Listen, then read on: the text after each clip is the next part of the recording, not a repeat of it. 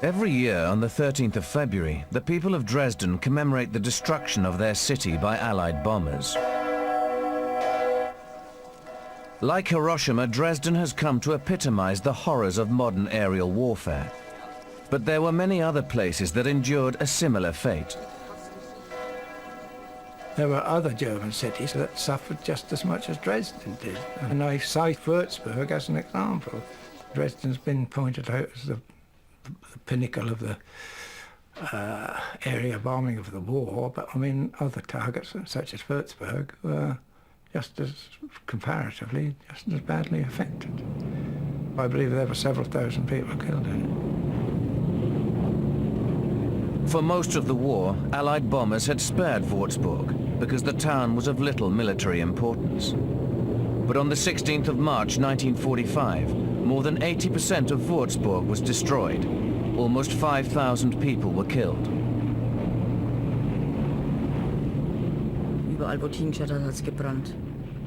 There was fire everywhere. People were screaming, throwing themselves into the river to put out the flames and falling from windows like burning torches.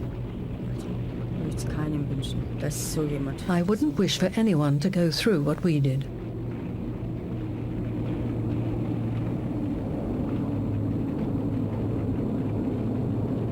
Timewatch has unearthed documents that help explain just why towns like Würzburg were ever bombed. This film casts new light on the final stages of the Allied bombing campaign in World War II.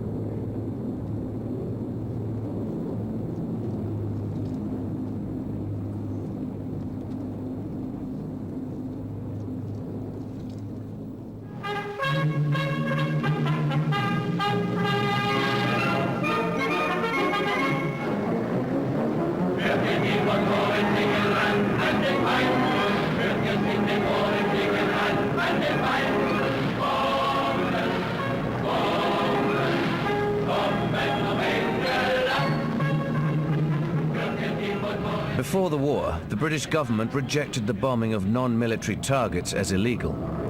In 1938, Chamberlain had stated in Parliament that air attacks on civilians were against international law.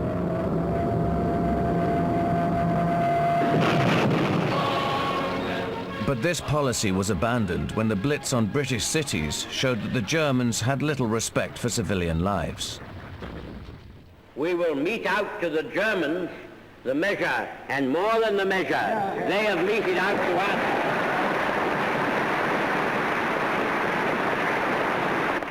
We will have no truce or parley with you or the grisly gang who work your wicked will. You do your worst, and we will do our best. The Germans started it was a phrase on everybody's lips from the Prime Minister downwards. I don't think it's terribly surprising that at a time when the British Army was quite incapable of acting on the ground effectively against Germany, against Hitler's tyranny, that Bomber Command represented the only means by which Britain could strike effectively against the German people, and concern for humanitarianism towards the German people was pretty low on British priorities. Look at it. Greatly extended sidings, oil tanks along a row by this railway line, pipelines coming out of the wood where there are more installations coming down to these barges in the river. And it's very big. It certainly is a peach of a target, isn't it, sir? Concern for civilian lives was further diminished because bombing specific war targets proved difficult. British bombers were highly vulnerable to anti-aircraft guns and Luftwaffe fighters. They had to attack under cover of night.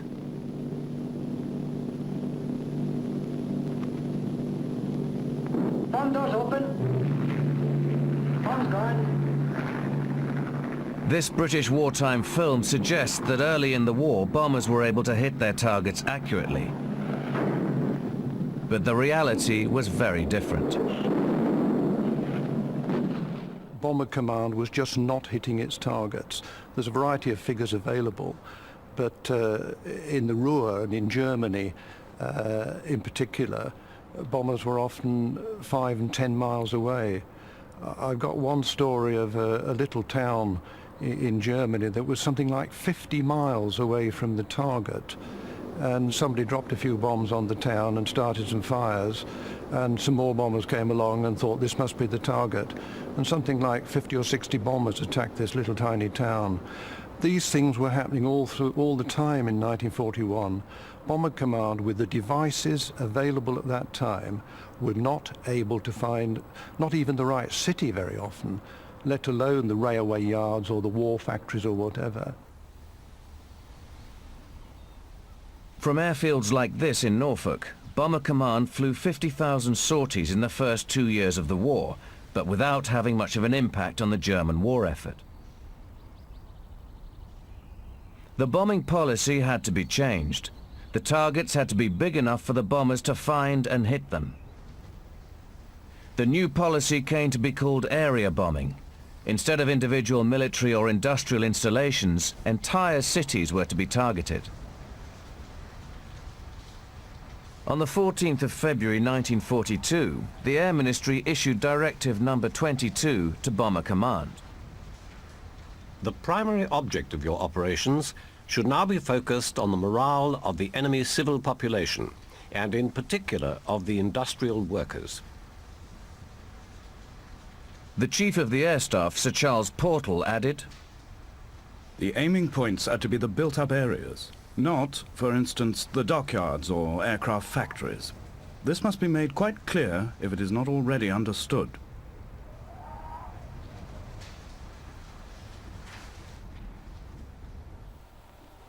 Press home your attack. If you individually succeed, you will have delivered the most devastating blow against the very vitals of the enemy. Let him have it right on the chin. Shortly after the directive was issued, Bomber Command got a new commander, Sir Arthur Harris. Air Marshal Harris has this to say. There are a lot of people who say that bombing can never win a war. Well, my answer to that is that it has never been tried yet, and we shall see.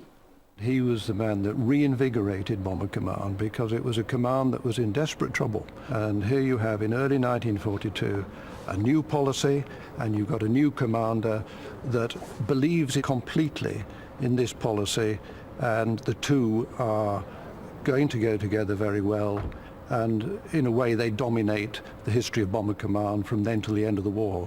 Harris and the area bombing directives that he received.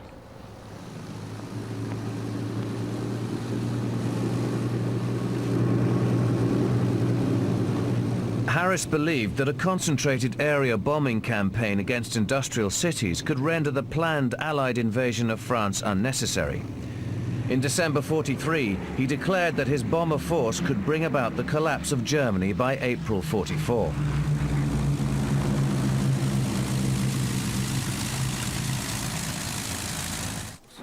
Yet by the end of March, there was no sign of a German surrender. Civilian morale was nowhere near breaking point, and Hitler's war machine was far from crippled. German armament production continued to rise until mid-1944.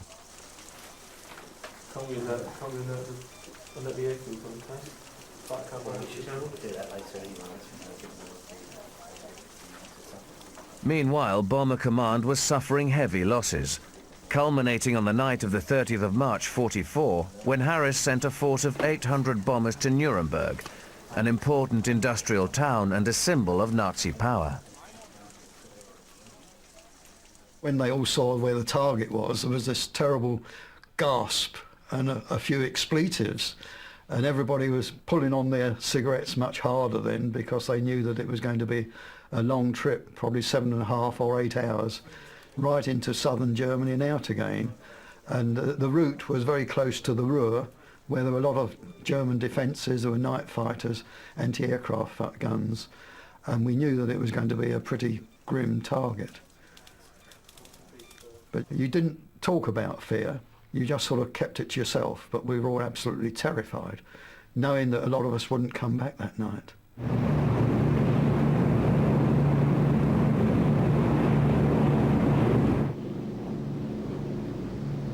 Not only was the route to Nuremberg very long, but the latest weather forecast had also warned that for most of the trip the bombers would have no cloud cover. Nonetheless, the operation went ahead.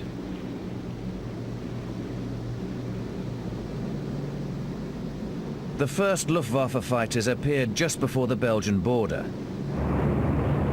The British bombers were an easy target. We saw these explosions going on fairly close to us.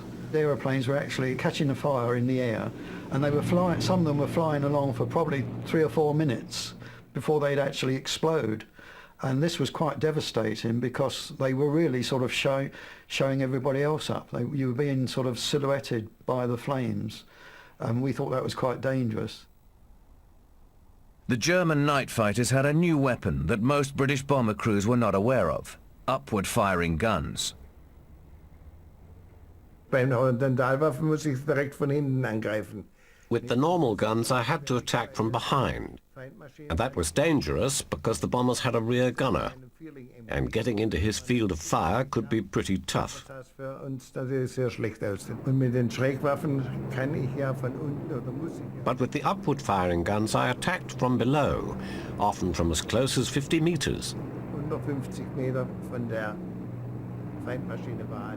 With the upward-firing guns, the risk for us was very much reduced, and this was a crucial factor for the success of the night fighters. Ein ganz wichtiger Punkt beim Erfolg der Nachtjagd, der deutschen Nachtjagd. Several times, possibly 3 or 4 times, a twin-engine German fighter would appear below us like that. He was down there. And at first we said, well, he can't hit us from there, why worry? And they thought, no, we don't like that. So every time that happened, we moved off and wouldn't let them formate on us, which is possibly one of the reasons I'm sitting here today. Many other British airmen were not to be as lucky as Harry Evans. Der Bomber, der hat mit einer Linkskurve hat zunächst. The bomber must have discovered me because it banked sharply to the left and made evasive maneuvers. And this made it impossible for me to shoot between the engines. Die Motoren zu kommen mit dem Abschuss. Und so kam ich dann. I hit the belly of the plane and it exploded over me. It probably still had its entire bomb load on board. There were huge flames, and it practically blew up in our faces. The wreckage was flying all around us.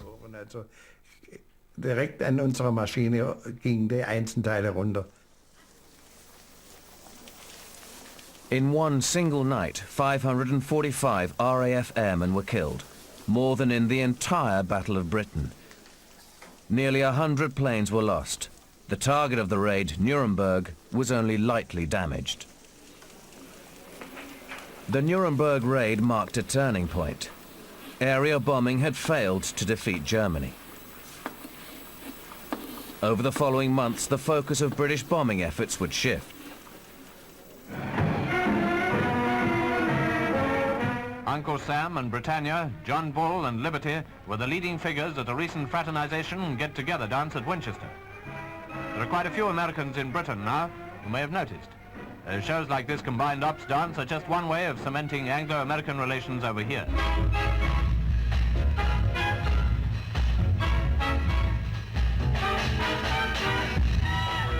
The failure of the British bombing offensive in the winter of 1943-44 was all the more disappointing for Bomber Command because by this time their American allies were beginning to make an impact.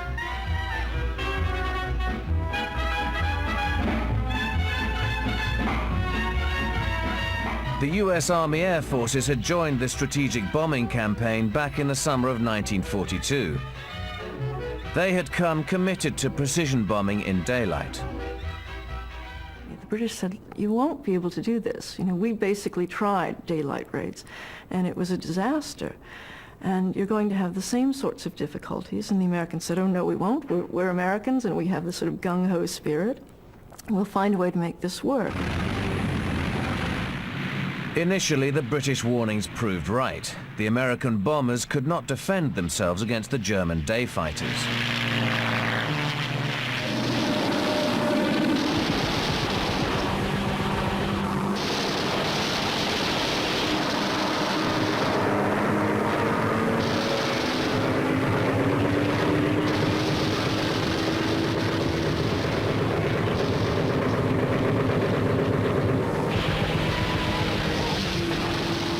But by the end of 1943, the Americans had come up with a solution to their problem. They bring long-range escorts into the theater in large numbers, and they use those airplanes to escort the bombers. And in fact, what those planes do is to draw German fighters up into the sky. They fight big dogfights, and what you have at the end of 43 and of 44 are big battles of attrition taking place in the skies over Germany.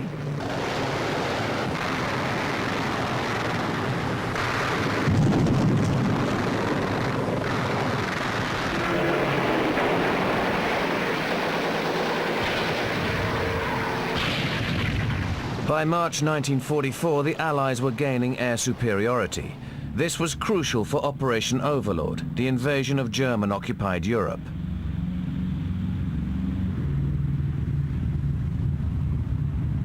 In the run-up to D-Day, Allied bombers attacked targets in France whose destruction could aid the invasion. And now not only the Americans, but also the British demonstrated they could bomb with surprising accuracy. The navigational and bomb-aiming technology had improved greatly. Harris's force was now able to hit specific targets, such as the French transportation network. Harris bitterly resisted the transfer of his aircraft from bombing Germany's cities to destroying the French transport network, which the Allied ground commanders considered essential to prevent the Germans reinforcing on D-Day. Harris had said his aircraft didn't have the technical capability to do this effectively, and yet, in the event, they proved enormously successful, that the rail links across France were overwhelmingly destroyed by bombing by the Americans and Bomber Command. And this subsequently proved a great embarrassment to Harris, because in arguments when, again, precision targets were being asked for by the Supreme Command, Harris could no longer convincingly say that his crews couldn't carry them out.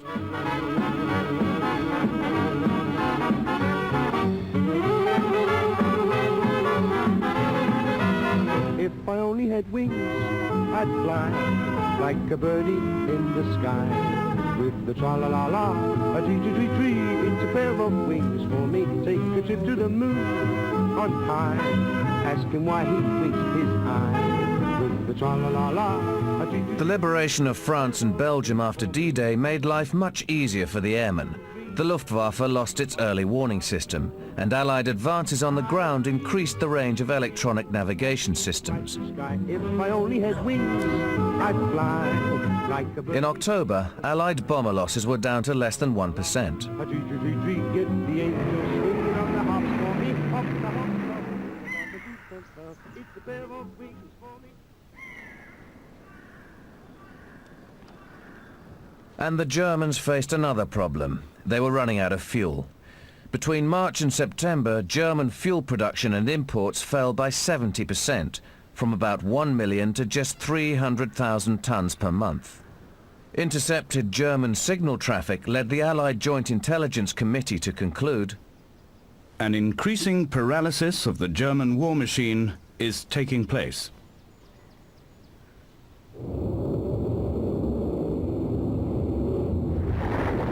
The German fuel shortage was the direct consequence of a concentrated Allied bombing campaign against oil targets.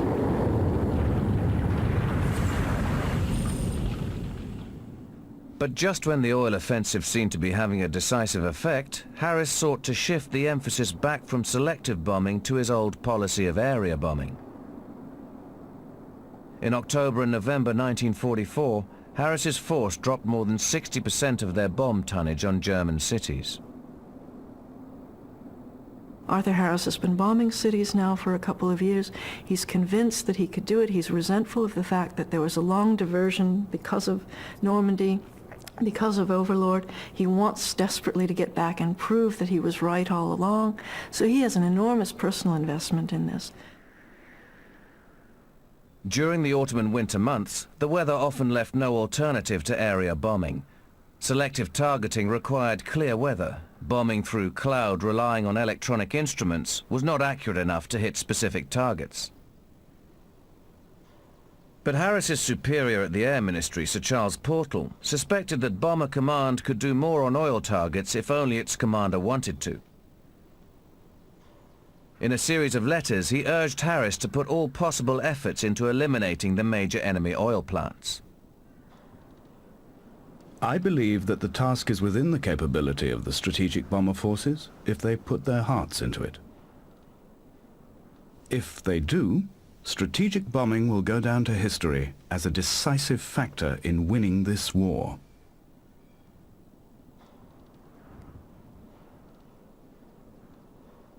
Portal is essentially telling Harris, look, here's all this evidence, and we know we're making headway. We just need to press on and do this.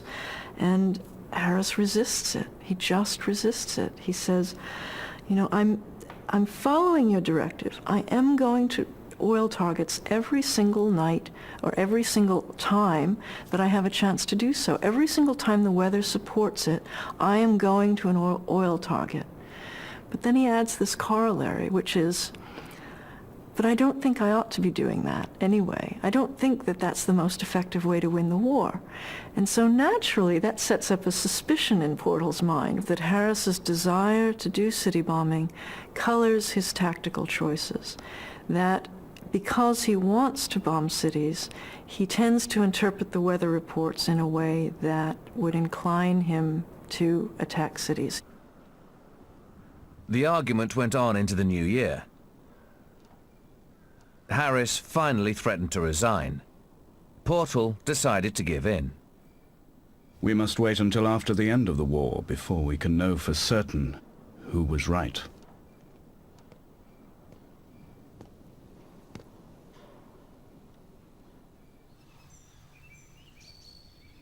Yet it was not only Portal who gave in. Harris compromised too. In December 44 and January 45, he increased Bomber Command's efforts on oil and transport to almost 50% of bombs dropped, compared to only 20% in October and November. At this point, the Prime Minister intervened, and area bombing was to reach a new level of destructiveness.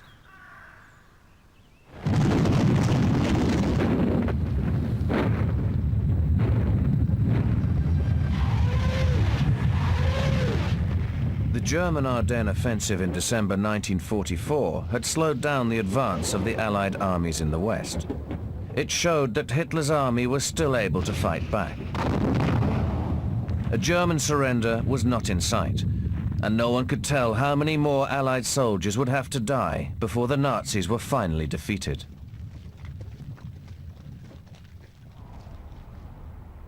At the same time, the Red Army was preparing for its final assault on the Eastern Front. A Joint Intelligence Committee report of the 21st of January, prepared for the Prime Minister alone, predicted that if the Red Army broke the German defenses in the East, Nazi Germany might collapse by mid-April. But if the Germans managed to stem the Soviet advance, they might hold out until November.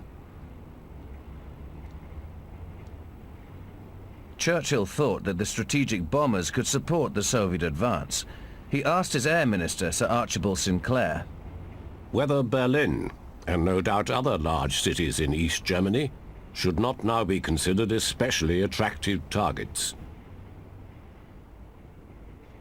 Churchill wants to impress upon Stalin that we have been a good partner, that we've been doing our bit, that we've been fighting the war against Germany, that we have in fact utilized our bombers in ways that have helped on the Eastern Front and have eroded the German war economy. And so Churchill supports and enthusiastically supports attacks on cities that will help drive that point home to Stalin. And there's another motive, and that is to impress Stalin with the power of the Anglo-American air forces.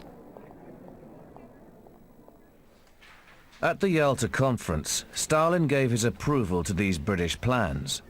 But Harris had already independently been instructed to carry out area raids on cities in East Germany, including Dresden. The aim was to add to the confusion caused by refugees in these cities, and thus hamper troop reinforcements to the Eastern Front. If responsibility has to be allocated for the attack on Dresden, it is shared between Churchill, who was firmly urging that attack, and the Anglo-American chiefs of staff. They were all involved. Harris knew about it, wasn't in fact terribly happy about it, but essentially the responsibility rests with the Allied High Command, with Churchill playing a key role.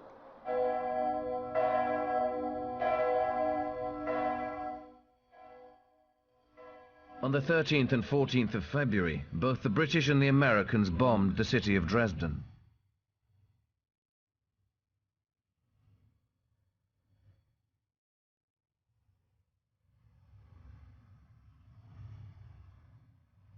The raid on Dresden showed the destructive power the bombers now possessed. The bombing was so concentrated that it caused a fierce firestorm.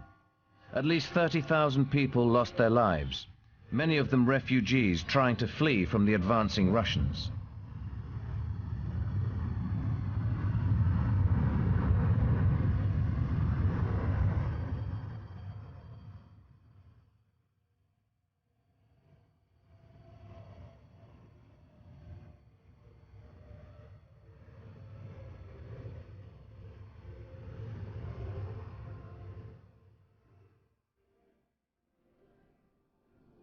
For the Allied governments, Dresden created a public relations problem.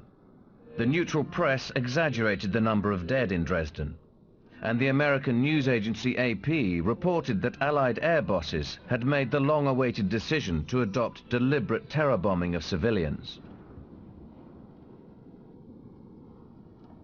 The American Secretary of War, Henry Stimson, was forced to tell a press conference, "Our policy never has been to inflict terror bombing on civilian populations. Our efforts still are confined to the attack of enemy military objectives."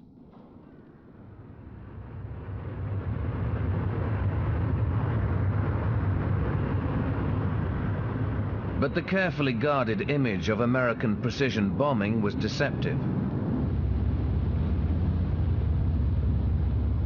When cloud cover prevented visual bombing and forced the Americans to bomb on radar, half of their bombs missed the aiming point by more than 2 miles. We were doing area bombing too, through cloud and bad weather, and I wanted to make that perfectly clear, that we had no reason to be morally pure or pretend to be morally pure. The Americans were bombing their precision targets by radar through cloud, and they were achieving no more accuracy, no greater precision results than the British. So the British simply said all this stuff about precision bombing is a load of American claptrap to keep a load of humanitarians happy in Washington. Basically, we're all engaged in the same thing, which is to continue to bring fire and slaughter on the cities of Germany until the last Nazi has laid down his arms. Only a few days after the Dresden raid, the Americans launched Operation Clarion, an attack on local transport centers across Germany, mostly small, rural towns that had not been attacked before.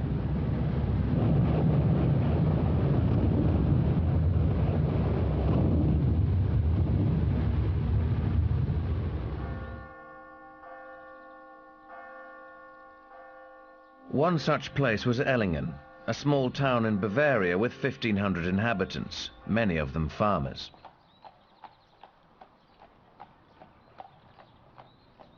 On the 23rd of February 1945, 2 squadrons of the 457th Bomb Group attacked Ellingen.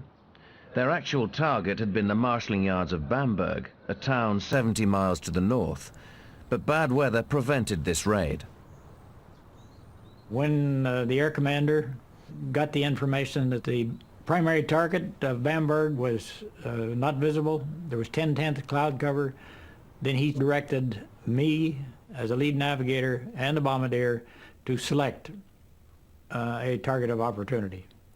In this particular case, we flew southwest from Bamberg.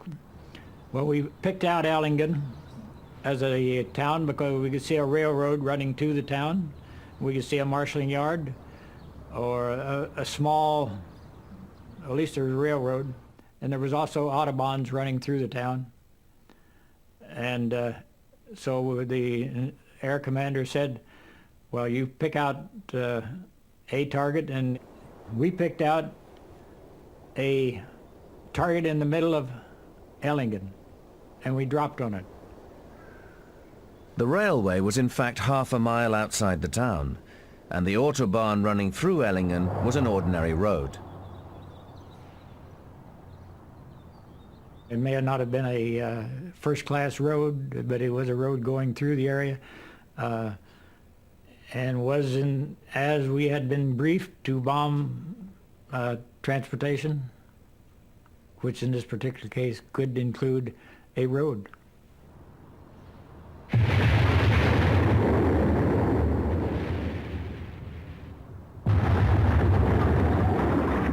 Allied bombing policy had reached a point where some American airmen considered a town a legitimate target simply because a road ran through it. 70 tons of bombs were dropped on Ellingen.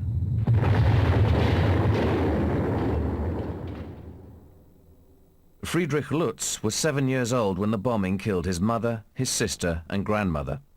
He saw their bodies when they were dug out from the rubble 3 days after the raid. My mother had been scalped by the explosion. Her scalp was pulled back over her head.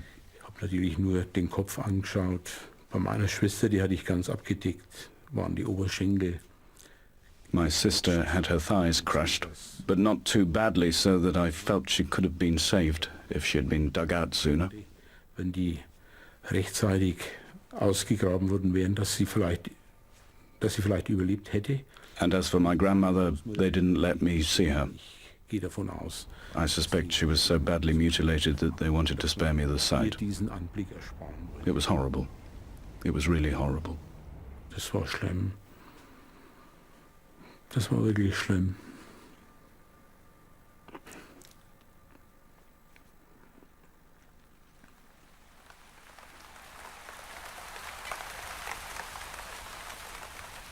The military objective of Operation Clarion, the destruction of German lines of communication, was only partially achieved.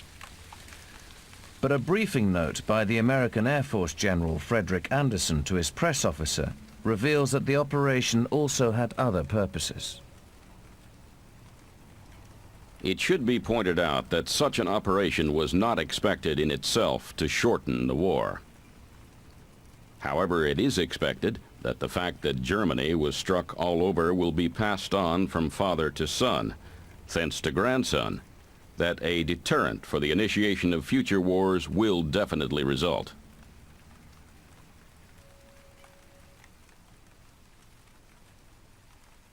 If you think about it, Britain, France, Russia, the United States have, for the entire first half of the 20th century, either been fighting a war with Germany or worrying about Germany.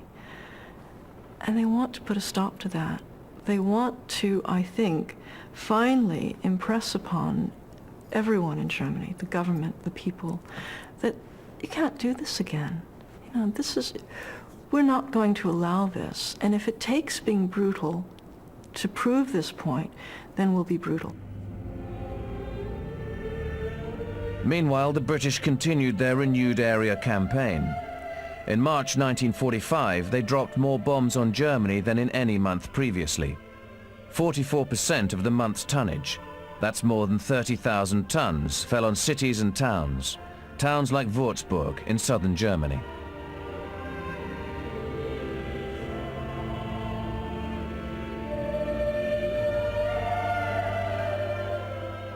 Crowned by its Baroque Prince Bishop's Palace, Würzburg was packed with masterworks of European art and architecture. In 1945, it had next to no industry of wartime importance.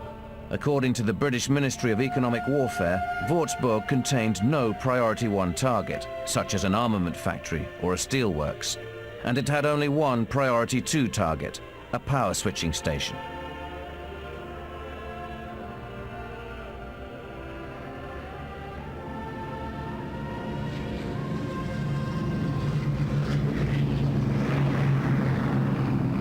On the night of the 16th of March, 226 Lancaster bombers took off for Würzburg.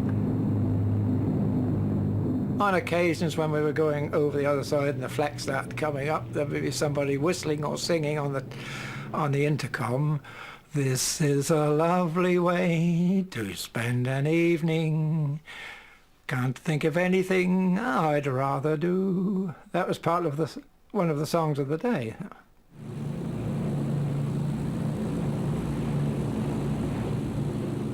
The raid was assigned to 5 Group, a particularly effective precision bombing force in Bomber Command.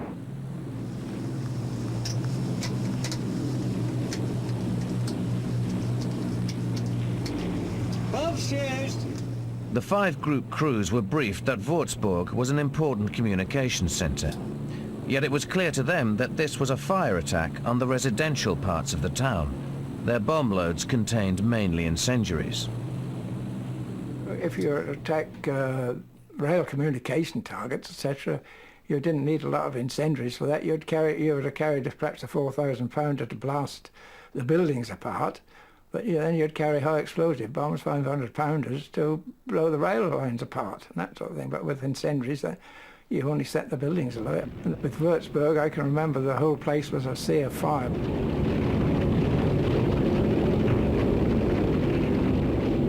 In just 17 minutes, 5 Group dropped nearly 1,000 tons of bombs on Würzburg. 82% of the town was destroyed, an even greater proportion than in Dresden.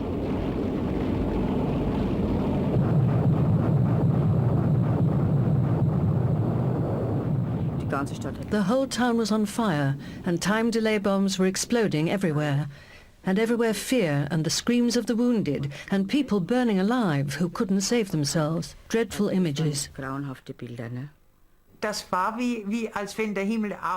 was as if the sky had been torn apart and we were all being swallowed up. There were fires and explosions everywhere. There was no house in the street that was not burning. Everybody was screaming. Everybody was looking for their families. There was chaos on the River Main. It was dreadful, you know. These bombs, they were raining down like tinsel on a Christmas tree.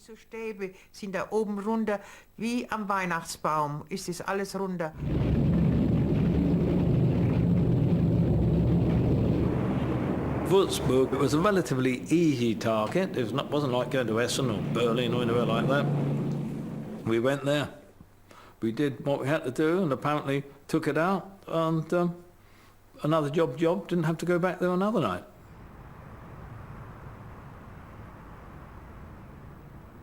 My mother took us by the hand and said, "Hold on to me, we have to stay together. That's the most important thing. Either we'll all survive or we'll all die."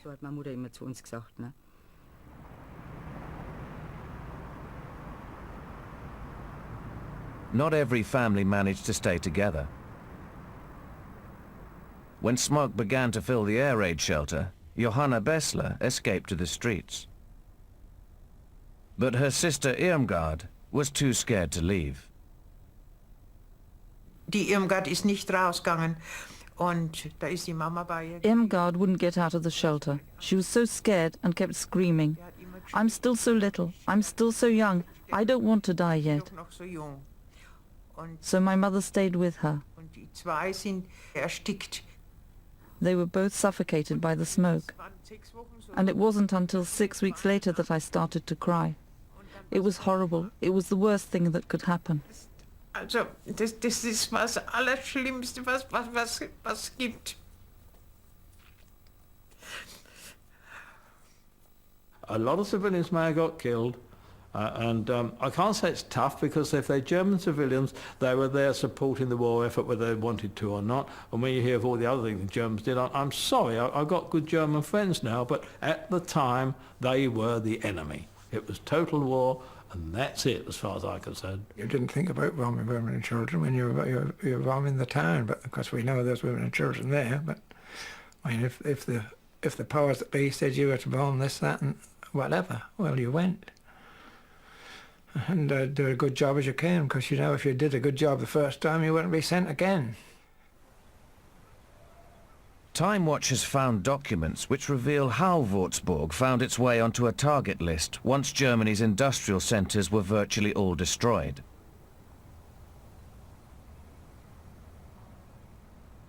In order to use the heavy bombers in every way possible to hasten a German collapse, new targets for area bombing were needed.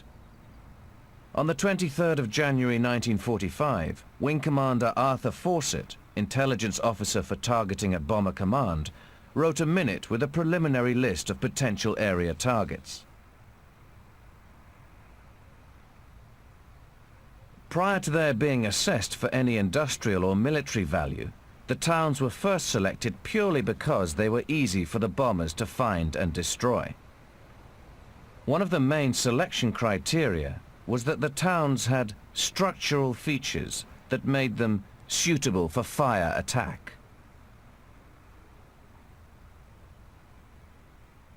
The targeting authorities are trying to apply the same sort of rational, logical processes to the targeting process as they've been trying to utilize all through the war.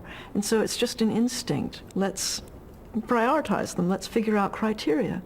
Well, one of the criteria is that you can destroy this place. It lends itself. It's either got wood construction and narrow streets or other attributes that will make it vulnerable.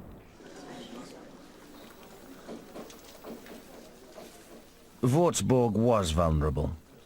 In 1944, the British Inter-Service Topographical Department had produced this fire hazard town plan.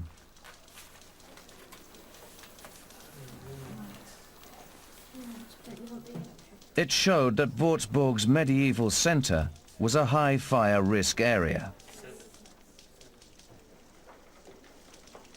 According to the legend of the plan, a high fire risk area was an area in which widespread devastation may occur from any outbreak of fire despite active firefighting. This is where the Lancasters were ordered to drop their bombs.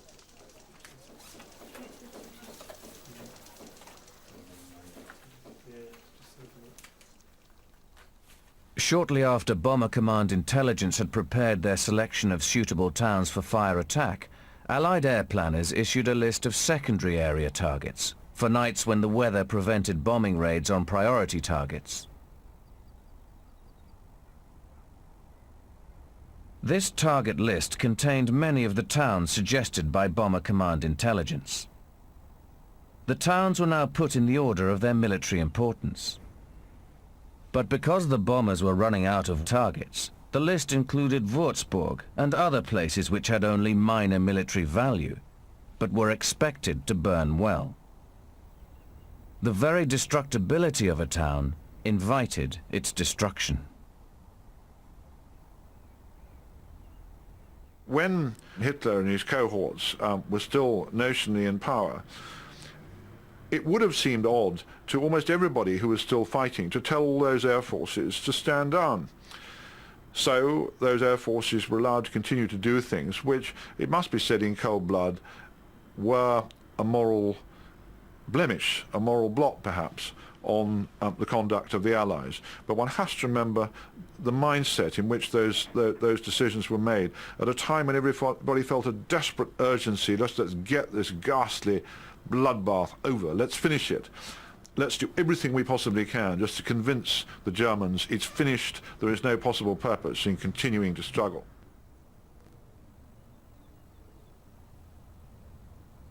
Only a few days after the Würzburg raid, on the 28th of March 1945, Churchill drafted a memorandum for the Chiefs of Staff. It seems to me that the moment has come when the question of bombing of German cities simply for the sake of increasing the terror, though under other pretexts, should be reviewed. Otherwise we shall come into control of an utterly ruined land. I feel the need for more precise concentration upon military objectives, rather than mere acts of terror and wanton destruction, however impressive. When Harris was sent a copy of Churchill's message, he nearly went through the roof. He simply could not believe that Churchill, whom he had known so well and who had given him such backing, could turn round and say this.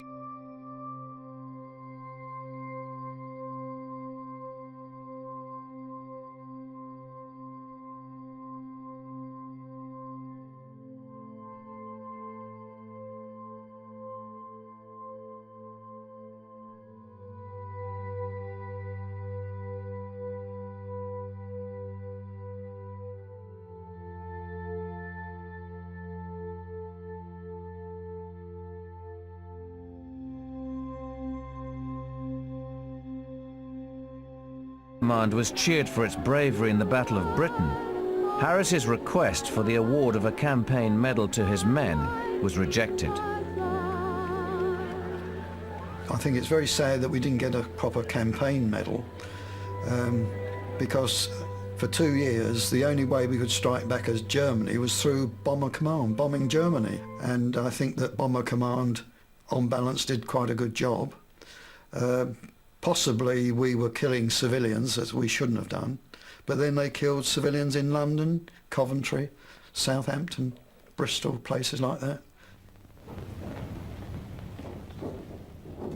When at Nuremberg the Nazi leaders were put on trial for war crimes, none of them was indicted for the German bombing raids on so many places in Europe. Not even the Commander-in-Chief of the Luftwaffe, Hermann Goering.